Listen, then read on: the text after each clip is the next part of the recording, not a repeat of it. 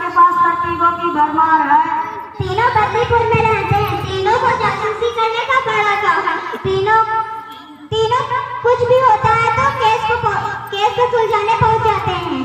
उन तीनों ने मिलकर एक टीम बनाई है जिसका नाम है आधापुर।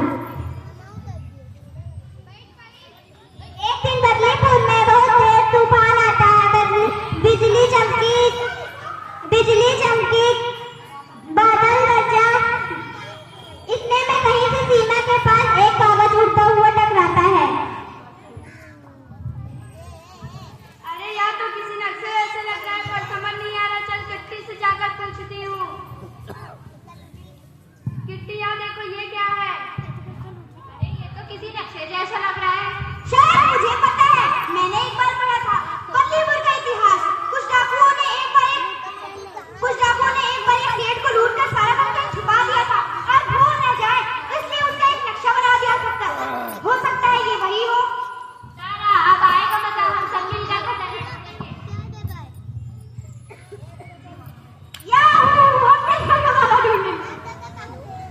पर मैं तुम लोगों के साथ नहीं जा सकती हूँ। क्यों सीमा, क्या तुम नहीं जा सकती?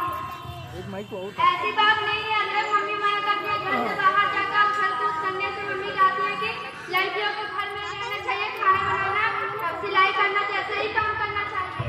सीमा कितनी बार मना करा है कि बाहर खेलने मत जाए, घर में सिलाई सीखो, खाना बनाना सीखो। मैं तो अपनी बटन खुद लगा लेता हूँ, पर मैं तो लड़की नहीं हूँ। सीमा, ये सब जेंडर स्टीरियोटाइप क्या हो जाता है? जेंडर स्टीरियोटाइप का मतलब उस सामाजिक व्यवस्था से है जिसमें आप लड़की है या लड़का, उस आधार पर तय किया जाता है कि आपको कैसा दिखना चाहिए, कैसा चाल चलन होना चाहिए, कैसा बर्ताव करना चाहिए, आपसे क्या अपेक्षाएं रखी जाएंगी। यह नियम लड़का और लड़कियों की सारी क्षमता के अनुसार नहीं बल्कि वर्षों से चली आ रही रोतावाली के आधार पर तय किया जाता है। कि स्टीरियोटाइप का मतलब है कि समाज का एक मानव तय करेगा, फिर उन्हीं मानव पे चलने के लिए सबको मजबूर किया जाएगा।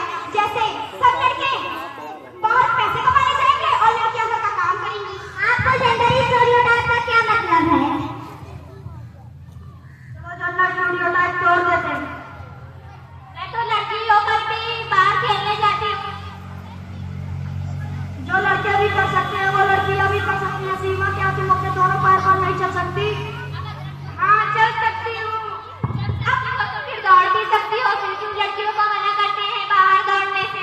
अब अदरक को ही देख लो, वही हवा, वही दिल दिमाग, फिर भी टोका टोकी। चलो हम सब मिलकर खजाना ढूंढते। तीनों खंडार की तरफ चले जाते हैं। ये नक्शा तो जंगल वाले खंडार की तरफ जाता है।